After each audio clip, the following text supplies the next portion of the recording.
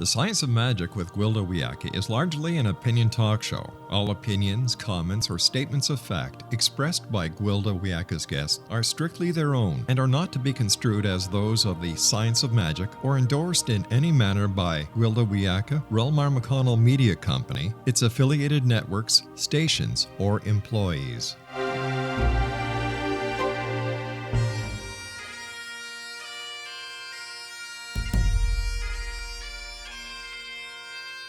Welcome to the Science of Magic with Gwilda Wiyaka, a program dedicated to uncovering the unified nature of reality and humanity's ever-evolving place as truly galactic beings.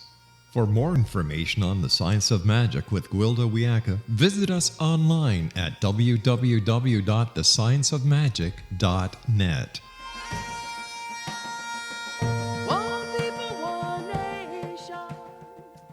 Welcome back, dear friends, to the Science of Magic, a program combining the science and magic of today's leading topics to co-create new solutions and promote evolutionary thinking. I'm your host, Gwilda Wiyaka. This hour we'll be exploring shamanic awakening in a world of darkness. There will come a time of darkness. Old pathways will be closed, and the people will be unable to see the new. It's during these times that what I've taught you will be needed most. Until then, Wiyaka, trust what you know, not what you think you see. It was 1976, just 1 year before my old teacher crossed over. This was a major dissertation for the usually stoic, silent elder. As usual, it was as clear as mud to me, but no matter how much I nagged, he would say no more. Now here we are, 42 years later, and I'm just starting to understand. Things are changing very quickly. Old concepts are dying, leaving us confused and disoriented. It's a time wrought with great turmoil. Economies are crashing, homelessness is on the rise, refugees of war are overburdening sheltering countries, children are killing children, and no one can seem to agree on solutions. How do we find our way in a world gone mad? Can the answer be found in history? Are there ancient, seemingly magical forms that can help us now? Is what my old teacher suggested true? Can shamanic divination and healing support our path through the darkness? If so, how? Our guest this hour is well equipped to help us explore shamanism and its modern-day application. With us is Itzhak Beery, a leading shamanic teacher, healer, speaker, community activist, and author of numerous books on shamanism. For over 21 years, Itzhak has bridged the spiritual and practical wisdom of his indigenous teachers with a powerful contemporary approach relevant to our stressful and unbalanced modern times. Itzhak teaches internationally and leads groups on healing expeditions to the Andes and the Amazon of Ecuador. He received the Ambassador of Peace Award from the Universal Peace Federation and the UN. His website, itzhakbeery.com. Itzhak, thanks so much for being on the Science of Magic with us. Oh, thank you for having me. I'm so glad to be here with you. Yeah, I think we might have a little bit in common. I'm sure. So we all start out on the same page, Itzhak. Mm-hmm. Would you please define shamanism for us? Well, it's probably the hardest thing to define because because every tradition, every indigenous tradition in the world, wherever you are, practice some kind of earth-based shamanism or healing methods or communications with spirit using the elements, the natural world all around us, and the world that we see and the world we don't see. It's called in different names in different cultures. So today we are, lopping it all up in one word. It's called shamanism, but it has many, many different meanings. But, the one thing that I really do like, it comes from the word shaman come from the Tungus tribe, and one of the shamans from the Tungus who came to New York, and I asked him what it means. If you have somebody from Tungus who speaks the language, you might want to ask him. And he said it's the keeper of the fire. Mm. And keeper of the fire, it gives a bigger meaning to the word shaman, which means it's the person who is in the center, or the fire that keeps the community going, the spiritual, the emotional, the physical well-being of the community. So it's a role or responsibility of a person to assume being the keeper of the society, and I think that's so important. So how old is it really? Oh, from the time people walk on this earth, from the time they start to observe nature, to the time they start to look up into the sky and see the birds and understand that there is a correlation between the wind and the snow and the summer, and that the stars and the moon are influencing nature, and that everything that we are provided by Pachamama, or Mother Earth, is here for us for healing. So it's really from the beginning of time. And so when I hear you say talk about the Earth and the stars, so it's not just Earth-based, it's star-based as well? Oh, of course. If today we have this tendency to separate between astrology and acupuncture and card reading and diagnostic and medicine and psychotherapy and all of that. But in the indigenous world, there is none of that. There is no labels like that. It's all part of medicine. And so the way the moon is circling around us and we are circling around the sun, it has all to do with our own physical, emotional, and spiritual development. And so there's no really label. We are all part of and connected to all of it. There's an interesting word that you just used that I hear a lot in shamanic circles, medicine. Would you mind telling me what you mean by medicine when you use it shamanically? Yeah, I think that we got confused. Medicine in the Western world means differently. Medicine in the medicine world means that you take a pill and that you create a cure for your disease or illness, or for the symptoms of it. In the shamanic tradition, or in what we call alternative medicine, which I don't think that is alternative, it's the medicine is the qualities of healing that each of the element possess, that brings balance or knowledge or wisdom to the person who is experiencing sickness. And we understand that sometimes we work with different spirit, and each spirit have its own medicine, which means its own qualities embedded in them that we can identify with, and we can use in our life in order for us to be more conscious. So it sounds like a form of power, a divination of power. It is a power, but sometimes when we are talking about power, some people think about the size of their muscles. But that's not really what in the shamanic tradition we talk about power. Power is the ability to be conscious to everything that around us and not take it personally.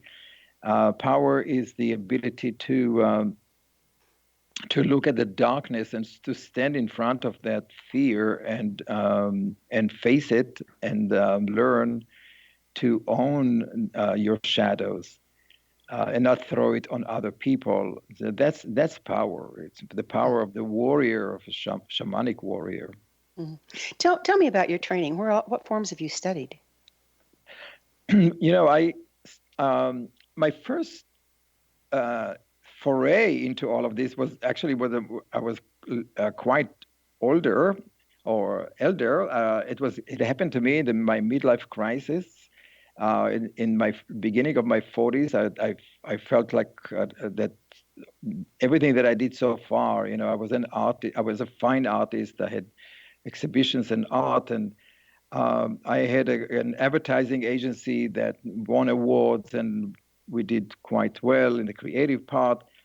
And but then something was just not right. I didn't understand if this is everything that I came here to do.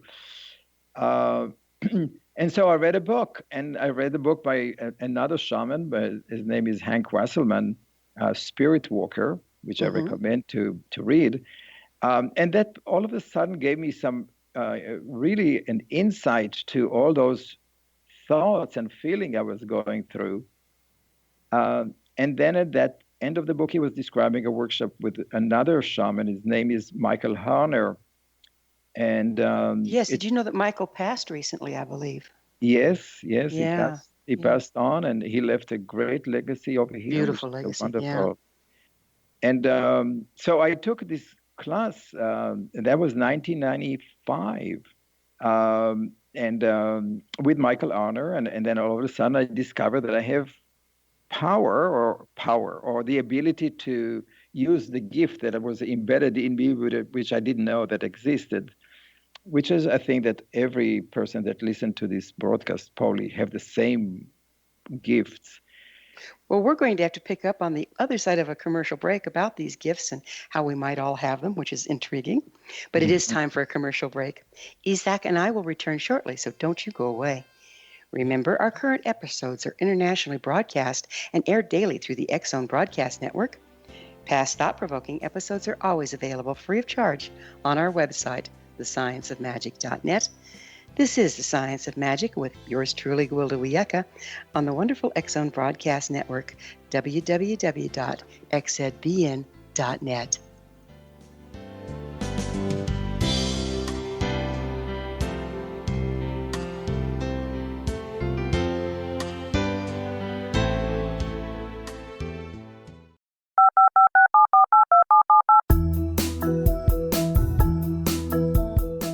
Did you know that when you're on the road with limited data or Wi-Fi, you can still listen to the X-Zone Radio Show with Rob McConnell, The Science of Magic with Gwilda Wiyaka, X-1, Dimension X, Space Patrol, and every minute of the X-Zone Broadcast Network by calling 213-401-0080, courtesy of Audio Now.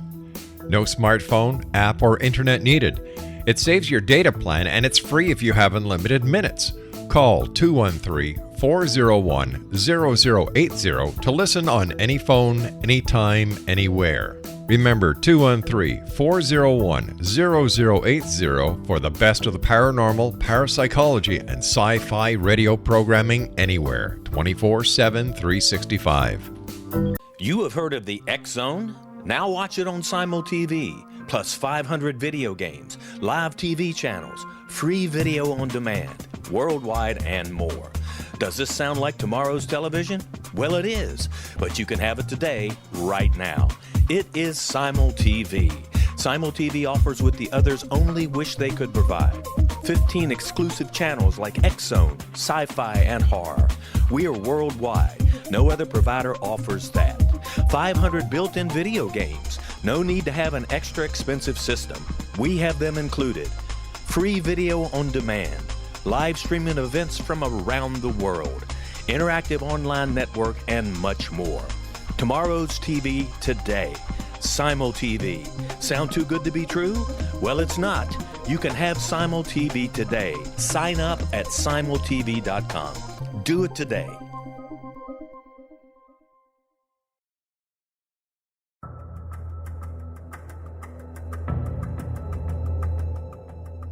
Modern Esoteric, Beyond Our Senses by Brad Olson, consummates the lifeology story about where humanity originates. It is the lost continents, the primitive wisdom, the mythos of creation, and the rethinking of ancient history as we are taught in academia. There is much more to the story than what we have been told. As this is the first book in the Esoteric series, Modern Esoteric starts at the beginning of time and accelerates up to this modern age. Future Esoteric is book 2 in the series and takes a forward-looking position ahead of today with an open and honest examination of the ET issue and various unexplained phenomena. To discover the writings of author Brad Olson, visit www.bradolson.com. That's www.bradolson.com.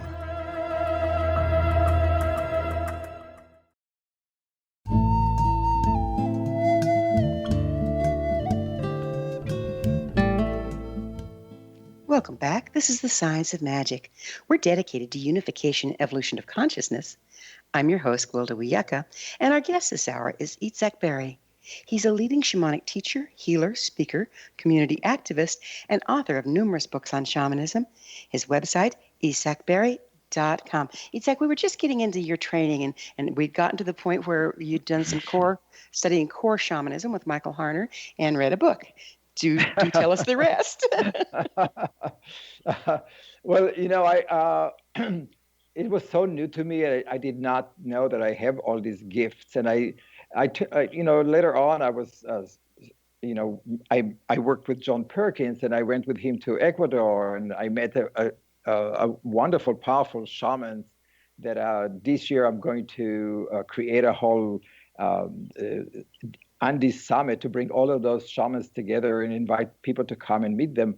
And so I met Jose Joaquin Pineda, who is one of them, and I worked with him. I had quite a series of incredible visions, which I wrote in my books. And he asked me to become his apprentice, and which I did for 3 years, mostly here in New York, where he came here for 6 months a year, and we did hundreds of healing work with him. And then I worked with Ipupiara, which is a shaman from the Uruuawu from Brazil, who for 12 years until his passing. Because I created a group here, the New York Shamanic Circle, I invited a lot of different shamans from all over the world to work with us. Some of them are the Inuit, Anangak, and people from Mongolia, from South America, Native American. So we have a lot of different teachers who comes, and we still do for 20 years now. Mm-hmm. So I have a lot of education in the indigenous world, and I really see myself as a more of a bridge between those indigenous elders who really can't get into the Western mind. But I can translate what they mean and what they feel into a language we can understand. So I think that a lot of us who worked with indigenous people becoming translators of ideas, and they bring those indigenous wisdom back to people who already lost the ability to read symbols and poetry of shamanism. Yeah, there's much talk today about appropriation of ceremony. Could you speak to this? Well, ceremony is everything in life is a ceremony. We are really now sitting and talking in a ceremonial way, even if we don't pay attention to it. A ceremony allows us to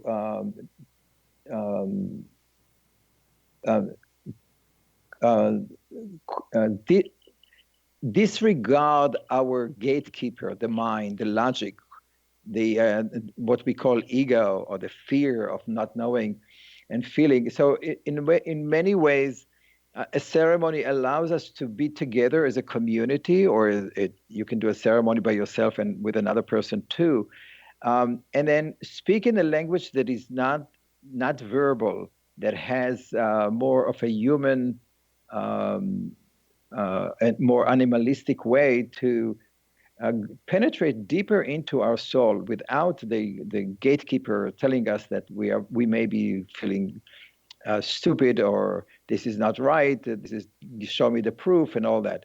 And so a ceremony is very, very important. And of course there is we are creatures of ceremonies, and when we go to every night before we go to sleep and brush our teeth, this is a ceremony.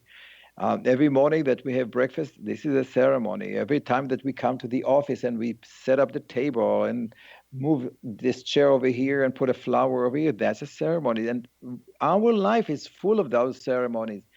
And so given that, is there a problem when we take on the ceremonies of indigenous peoples? No, because Ipupiara used to say to me that don't think that because I have a feather on my head and I'm wearing a poncho, I'm different than you. We are all indigenous on this earth. So we all down deep inside ourselves we are, and that's why there is such a big attraction for in the Western world now to shamanism, is because we all feel the need to be connected to what we call indigenous world, to community, to the elements, to the weather, to the forest, to the trees, to all of those things that makes us humans. So what relevance does shamanism have for people today? How can it help us out? Well, in the shamanic way of thinking, they look at us, or the people from the Amazon or from the Andes, which is mostly what I know. They look at us and they say, "My God, these people are so sad. Mm-hmm. The eyes are not shining. There is no happiness in the Western world." And you know what? They are absolutely right. We lost the ability to have a bright eyes and bright outlook of life, because many of the ways that we live our life, which is mostly run after money, the destruction of communities, the destruction of families, the separation, or that myth that you can do it all by yourself, that you are separate, that you don't need anybody else, the feeling that we are not interconnected with each other. When people feel lonely, and if you're talking about the what's going on now with addictions all around our country, it's only a symptom of loneliness and separation. So how can shamanism help this loneliness and segregation? How does it help? Well, first is being in a community, or I think that most importantly, that all of us, each person that listened to this broadcast, what do you do today to be in a community with another person? Open your heart, share your heart, uh, create communities if you don't have one. I mean, many people are now watching the screens, or they live a virtual life. They don't live really life.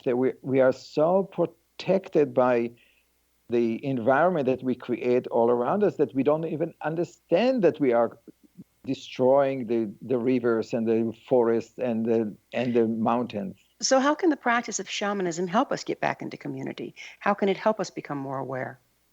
Well, the shamanic teaching is to observe and identify and or embody the elements within ourself and within our soul and spirit. So in other words, if you come out of your house and you go hug a tree, drink the water, swim in the river in the spring, pray for the rain, pray for the wind, and be connected to that, you become part of the environment. And then when that happens, when you feel whole and complete, you are not going to vote for people who are calling for the destructions of nature, calling for the destructions of human rights, because you have a connection. They can only influence people when people don't have connection to the whole, for the whole universe, nature, and for the whole being. You have to remember that we ourselves are built from all of those elements, mostly water and calcium, magnesium, and other things like that. We are nature, and many people disregard that. And shamanism allowed this connection for people to remember that. So are there ceremonies and rituals and practices within shamanism that help us reconnect with the elements? Well, every ceremony and every ritual in shamanism is about that, is about reconnecting to nature, reconnecting yourself, your spirit, your soul, your heart, with the trees, the forest, the stones, the fire, the eggs, the alcohol, the all of those elements that makes you connect or become part of the big picture, become part of the universe, not separate from the universe. It sounds like we're just about to need to take a break here, but it sounds to me like the main thrust of shamanism then is reconnecting and rebalancing. Absolutely, absolutely. So it's about it's not like people are not connected. They are connected, but they forgetting that. I mean, when people go into the rain, something happened. Well, the rain also brings you negative ions, which change the electromagnetic field around each person. But which is, all of those ceremonies that we do have a scientific explanation to them. Smoke, for instance, purify the air and bring the messages that you have to God or to the Creator. But also, smoke is clearing the bacteria or purifying the air around you. So each of those elements are not done just because people like them. Well, it's time for another short pause here. Itzhak and I will return to our discussion on the other side of this break. So you stay right there. Don't miss all the wonderful things we have to offer on our website, your resource for creative solutions in a changing world, thescienceofmagic.net. This is The Science of Magic with yours truly, Gwilda Wiyaka, on the X-Zone Broadcast Network, www.xzbn.net.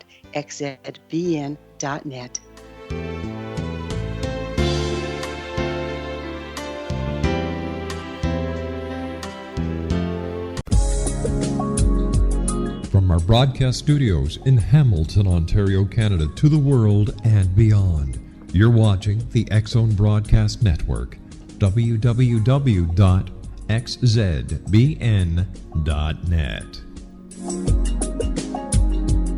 AVS Media Den.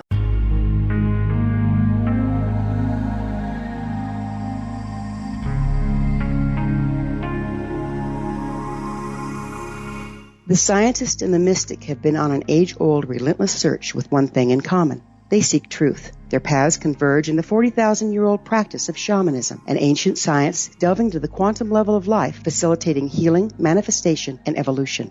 I'm Gwilda Wiyaka, the founder and director of Path Home Shamanic Arts School, a unique Colorado State certified occupational school training shamanic practitioners and teachers. We also provide classes for empowering personal lives through shamanism. Our certification classes are in week-long segments enabling international participation, and online classes and long-distance shamanic healing sessions are available. Come discover the science of magic in the limitless world of shamanism. www.findyourpathhome.com.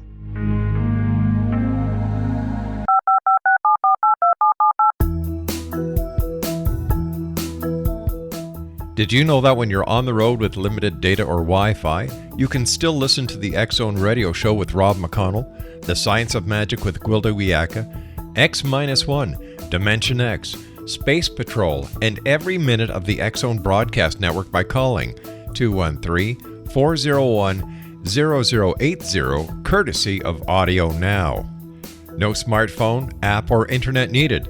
It saves your data plan and it's free if you have unlimited minutes.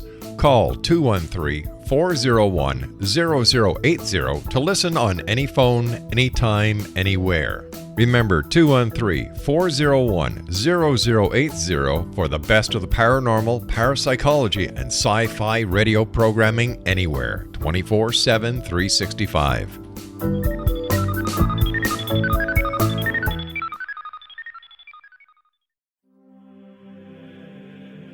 Rob McConnell here, presenting an overview for Nicholas Paul Jennings, author of a fascinating book, Amen. It presents facts revealed by Egyptologists, facts that enable us to understand why Amen is the beginning of creation of God. It provides recommendations for religious leaders of the major religions to unify their beliefs and teach the Word of God. Love one another. Amen informs people how mankind conceived God. It was the Egyptians that developed the concepts of a soul, a hereafter, and Son of God. And finally, after the worship of many gods, they conceived the belief in one universal God, the maker of all there is. For more information, visit www.futureofgodamen.com. That's www.futureofgodamen.com. futureofgodamen.com.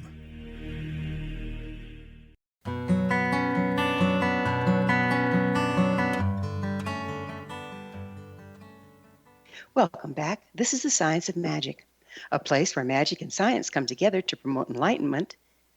If you enjoy all the wonderful topics on our program, visit my blog where the adventure continues at our website, thescienceofmagic.net. I'm your host, Gwilda Wiyaka, and we're speaking with Itzhak Beery, a leading shamanic teacher, healer, speaker, community activist, and author of numerous books on shamanism.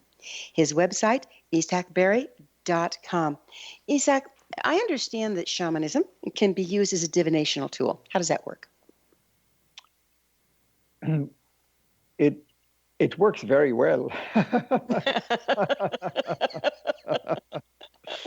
Well, there are many tools that shamans use in many different traditions to foretell the future, to look into the past, understand what's going on in person's body, soul, and spirit, and to find out the roots of causes of person's emotional and physical problems. There are so many in every culture, but I personally, I'm using a few of those. One of them is the candle reading or the candle flame reading that is being used in South America in the Andes, where a person takes a candle and rubs the candle over the person's body, and this way it soaks the energy, the negative energy in the candle, and when you light the flame, you see in shapes. You see it through the colors, the form of the flame and the wax about a person, and it's incredibly accurate. You can detect different problems in the skeleton, in the inner organs, and you can tell about different issues that a person's having in his life. So are you using this candle like a surrogate? And then if so, how are you able to read what's going on there? What's the science behind it? Oh, believe me. Well, it's all in my book. We don't have enough time to explain exactly how it happened. But you have to understand the different colors, the different forms, and then you develop your own ability to see. I'm teaching this all over the world, and many people are already using it in other countries, which is a beautiful thing. So are the colors in this and that within the candle, are they creating metaphors that then you have to interpret? Is that part of the training? Yes. So each color has a different vibrations, and each vibration correlates to a different emotional state or physical state. You're learning how to read that, and there is no one candle that no two candles that they look alike. They're all really influenced by the energy of that person, and it's in many cases people who use that get incredible accurate results. So I'm combining that system with another system that the shamans of the Andes are using, which is a palm reading, looking at the lines and the shapes of the hands to tell the person's quality of medicine or what this person's life purpose needs to be. So this is like palmistry, right? Yes, it's like palmistry. So how does that work? Well, each hand has a different quality. Some hands are fire hands, some of them are earthy hands, some air, some water, and each of the line represent different aspects of the person. So where did palmistry originate? Well, it's definitely, I'm not quite sure, but it's definitely was developed in the Andes because they didn't have any books from India or from other places to come from. Isn't it amazing? I've noticed there's shamanic societies can be isolated for eons, like the Aboriginals, and yet the practices have so much in common. Have you noticed that, and what can you tell us about it? Well, it's absolutely true. I mean, sometimes, for instance, I'm using a lot of work with eggs, to remove negative energy, to remove pain, but that technique is used also throughout South America, but it's also used in Poland and Russia, and in Mongolia, in Siberia, and in China. So people recognize that eggs has a healing capacity by absorbing the negative energy or warmth or energy of the body, and they use it. And so people use fire to heal, smoke to heal in all traditions. And I think that it's come from the nature of the nature of who we are. We are seeing that water has a healing, cleansing capability. So we are associating that with cleansing, with removing negative energy, or with the flow of life. So there are a lot of the shamanic all over the world has or carry the same symbolism or the same medicine, what we call, and it's quite remarkable that we are communicating this way. Yeah, it's fascinating. It's just fascinating. So you've used this term several times. Would you mind defining what you mean by negative energy? Negative energy is, I'll tell you the description of my teacher, Ipu Piara, what he used to say about that, because some people don't believe in negative energy. Some people believe that there are energy, and then the good and bad energies are just the same. In the Brazilian tradition, or in South American tradition, they believe that good energy is energy that promotes the flow of life, which is promote the growth of each person or each plant on this earth. Negative energy, however, is energy that is a heavy energy, that it doesn't want to flow. It wants to sink down on your body, on your organs, and it promotes death or the lack of life. In other words, to depression, anger, all of those emotions are connected to negative energy. So the role of the shaman is to change that energy and to bring a person into the flow of life. And that brings us to an issue of evil spirit, negative energies. Where do you have that? How do you get that? But I think a lot of people, they know what it is, because when they sit next to someone in a bus or in a car, and they feel the anger, they feel the sadness, they feel what negative energy is. Yeah. So is there any studies done on this? I mean, can we measure negative energy? You know what? I never looked at that in this way. But if we're going to bridge science, the Western mind with these traditions, I would think we'd need to, wouldn't we? Yes, why not? I welcome anyone who's listening to do that. I'm not personally very keen on trying to understand the science behind it, but you have to understand that the shamanic tradition are from the beginning of time. And from beginning of time, people use only what works. They don't do anything that does not work and heal other people, because the reputation of a shaman depends on the results that he produces. So anything that doesn't work is out. Everything that works is used. If it's so effective, though, why'd we get away from it? Well, first of all, I think that we are not. I think there is we are looking at the Western world, and we think that this is the whole world.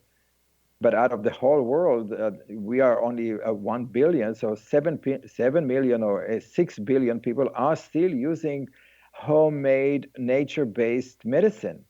They don't go to hospitals for everything. They use their local healers and their mothers and their grandmothers to heal them, which is a beautiful thing to do. So I think that part of the reason why we in the West is being so neglected, or because it had a bad reputation created by the establishment, the medical establishment, and there are Wait. The medical establishment shamanism started fading in this country long before the medical establishment was as powerful and as overlording as it is now. Well, if you remember, there was in the Middle Ages there was a big campaign of putting all the women who practiced this on fire, and then it became they call them witches, but these were the shamans, these were the healers of Europe. But I thought that was more of a religious thing than a medical thing. The no, burning of the witches. Well, yes, but those women, what they practice medicine. They practice healing for other people. The church didn't want people to associate with them because they wanted to have the only say about connection to spirit, the connection to God. But that started to change around that time, and there is a big to do with this campaign of changing the from heart-based society, of the feminine and based society to masculine. Looks like it's time for another quick break, but Itzhak and I will be back shortly, so don't leave us now. This is The Science of Magic with Gwilda Wiyaka. Our executive producer is Rob McConnell, and we're on the X-Zone Broadcast Network, www.xzbn.net. There's more fun to come, so you stay right there.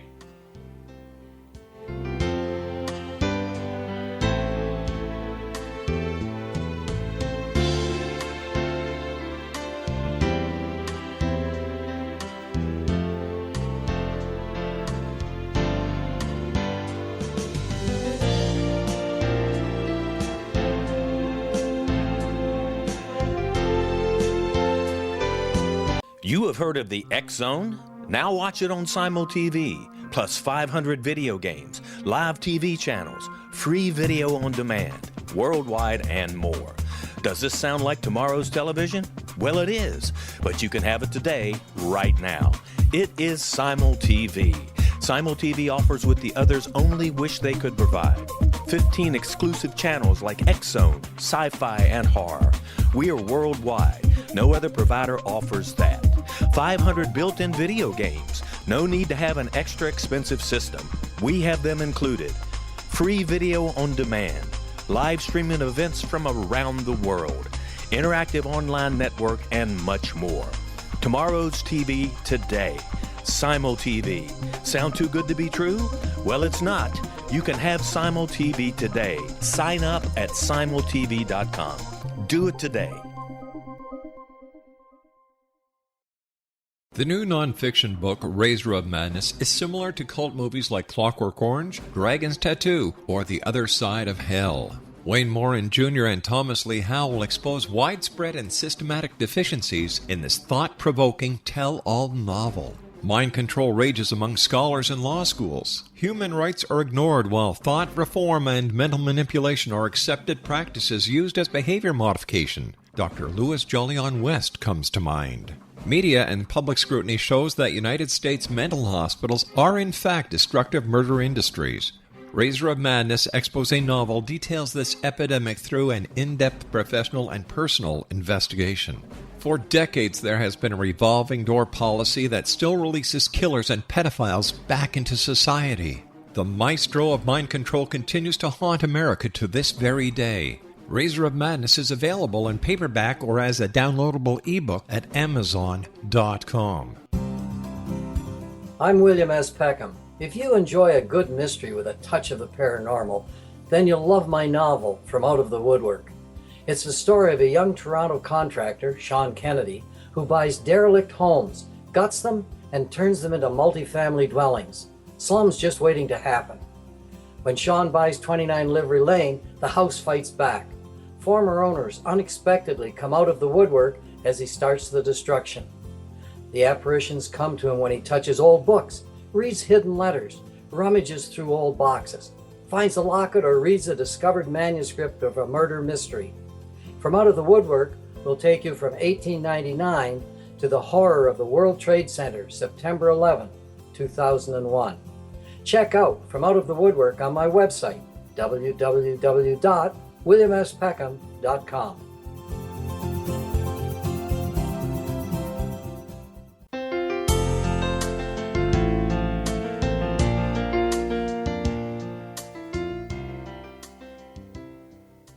Welcome back. This is the Science of Magic, bringing together gifted people of service to the world.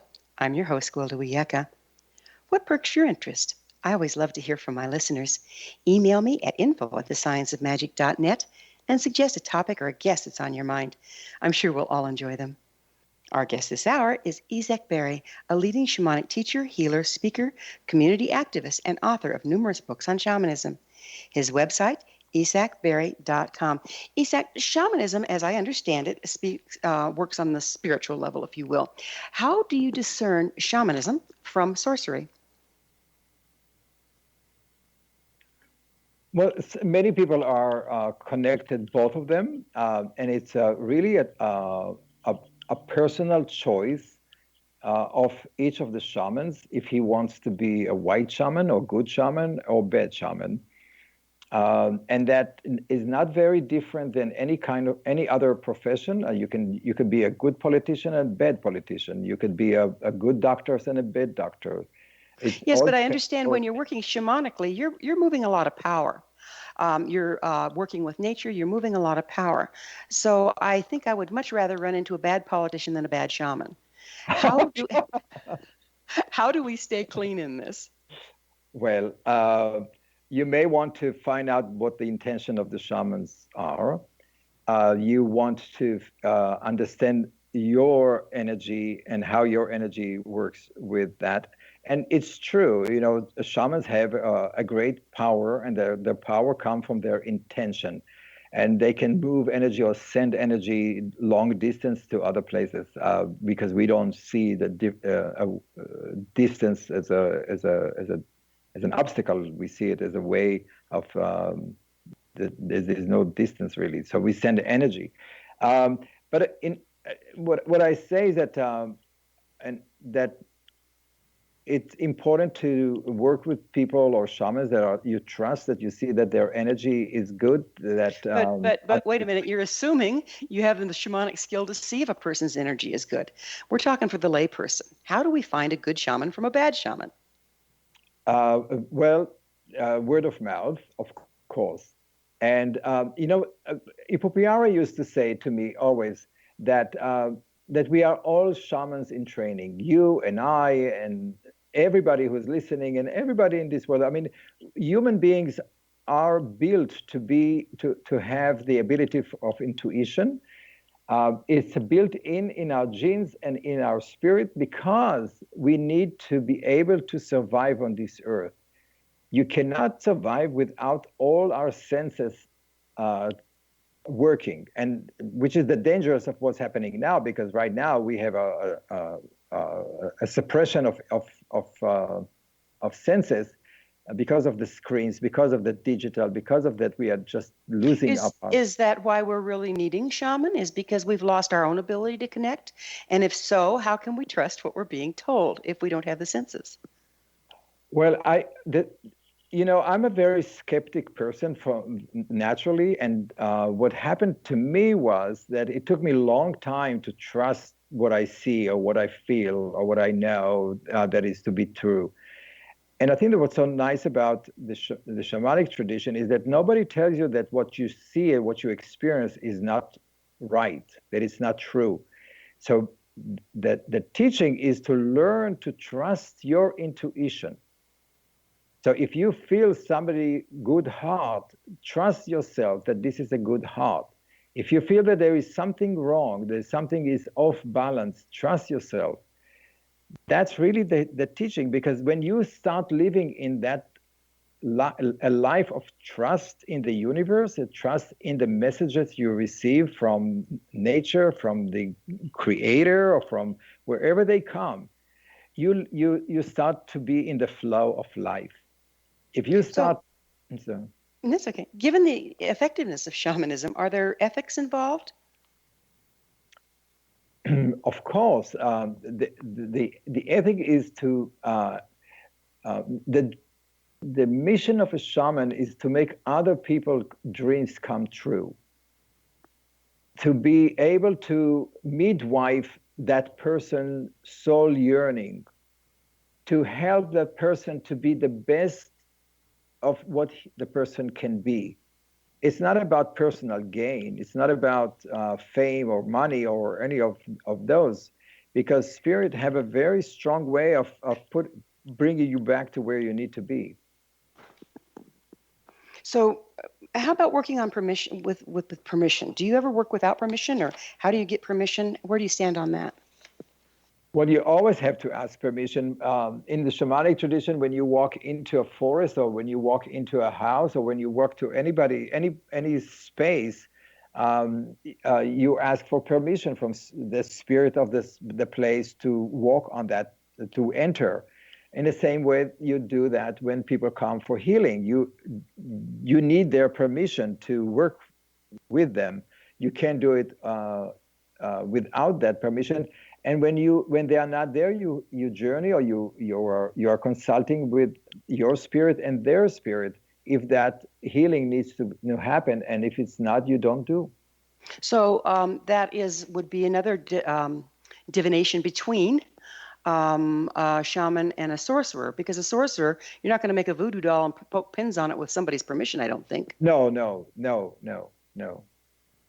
The voodoo guy will do that in order to stop people from being alive, or to create harm to other people.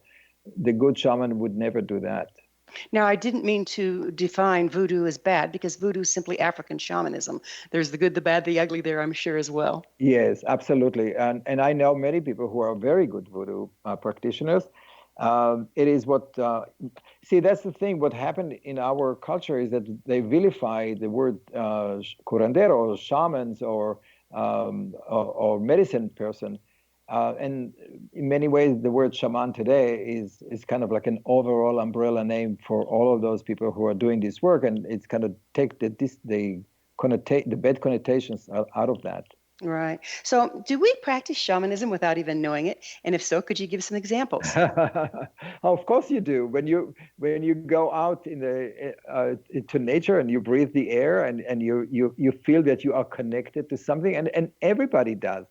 When you are in your dreams, when you have dreams, and that is prophetic dreams, or dreams that are telling you about your emotional or spiritual, or your fears, these are messages from spirit. When you daydream and you receive messages, that's a connection from the spirit world. What is spirit? Well, spirit is the energy of consciousness that is embedded in everything that is around us. See, in the shamanic tradition, we believe that everything in the universe, which is also the quantum physics belief too, that everything is energy. Nothing is real in the way that we see it, and everything is moving and in different shapes, forms, and vibrations, and that vibration, or that tension between all these particles, is really what creates consciousness, and that consciousness is what hold the knowledge of the universe. You know, there's many shamanic traditions and indigenous prophecies they have about this particular time in history. Are you familiar with any? It is in many cultures, not just in the Andes. I can speak more about the Andes, because these are the prophecies that started in 1993, when 500 years after the death of Atahualpa, the king of the Inca. The prophecy says that after 500 years of occupation of the South America by the Spaniard and European, a new period will arise, a new time, a new correction of time and space will come. And that will be when the condor, which represents the South, will be flying in the same sky with the eagle of the North, in a dance of harmony and peace, and the return of the feminine energies, which is really what we are experiencing now. It's the death of the old period of time, which represent in our political structure now, and the reawakening of the feminine energy, and I'm not talking about women power. I'm talking about feminine, which is the energy that's embedded in each of us. Because there are some women who are very masculine too, and the other way with men. So the idea is that we are returning to more of a balanced society, more harmonious society that is value more the connection to the heart, to environment, to the feminine, for the nurturing, for the community responsibility. And that's what I saw. I think it's so important that the veil is coming down now. And we are all feeling it. We all know that it's true. We all seeing through all the corruption that we are witnessing now. We know that this is not the way humans should live. We know that we can do better. Mm. Well, this has just been wonderful to share time with you and to see you and others like you bringing this ancient practice to help us through this transition. I can't thank you enough for being on the show with us. Time has sure flown, but we're out of it. Itzhak, thanks again for coming on the show. Thank you so much for having me. All right. Our guest this hour has been Itzhak Beery, a leading shamanic teacher, healer, speaker, community activist, and author of numerous books on shamanism. His website, itzhakbeery.com. Remember to join our email family to stay abreast of all the exciting new things we have coming up at thescienceofmagic.net. This has been The Science of Magic with yours truly, Gwilda Wiyaka, on the X-Zone Broadcast Network, xzbn.net. Until next time, dear ones, may you be blessed with knowledge and comforted with love as you find your light in the darkness.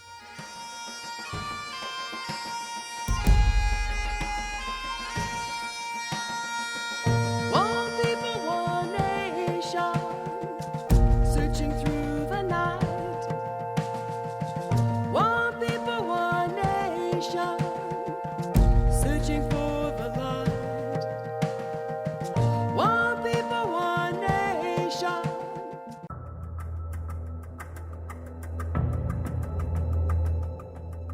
Modern Esoteric, Beyond Our Senses by Brad Olson, consummates the lifeology story about where humanity originates. It is the lost continents, the primitive wisdom, the mythos of creation, and the rethinking of ancient history as we are taught in academia. There is much more to the story than what we have been told. As this is the first book in the Esoteric series, Modern Esoteric starts at the beginning of time and accelerates up to this modern age. Future Esoteric is book 2 in the series and takes a forward-looking position ahead of today with an open and honest examination of the ET issue and various unexplained phenomena.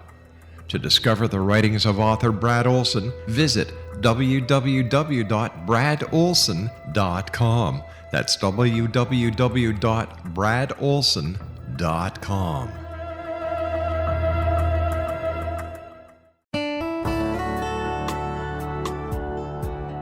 Are you or is someone you know struggling with addictions, depression, anxiety, relationships, low self-esteem, lack of confidence, grief, success, and prosperity? Do you know that your subconscious belief plays a big role in the outcome of your hard work? We can help you permanently change the beliefs that may be the reason for your struggles and failures. We care about getting you the return on your investment and the results you are looking for.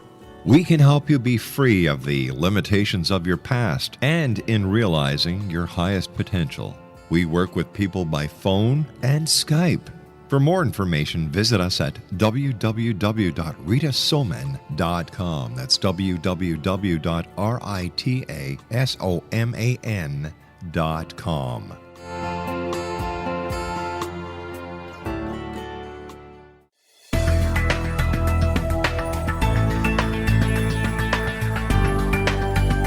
Do you think you have energy problems in your home?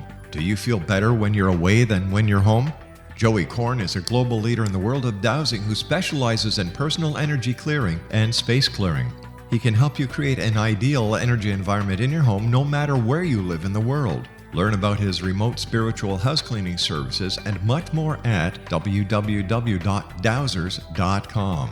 You can get Joey's book, Dowsing, A Path to Enlightenment, as well as other dowsing books and tools, Kabbalah books, and Walter Russell books. Joey's work is really amazing. Go to dowsers.com right now. That's DOWSERS.com or call 1-877-DOWSING. That's 1-877-369-7464.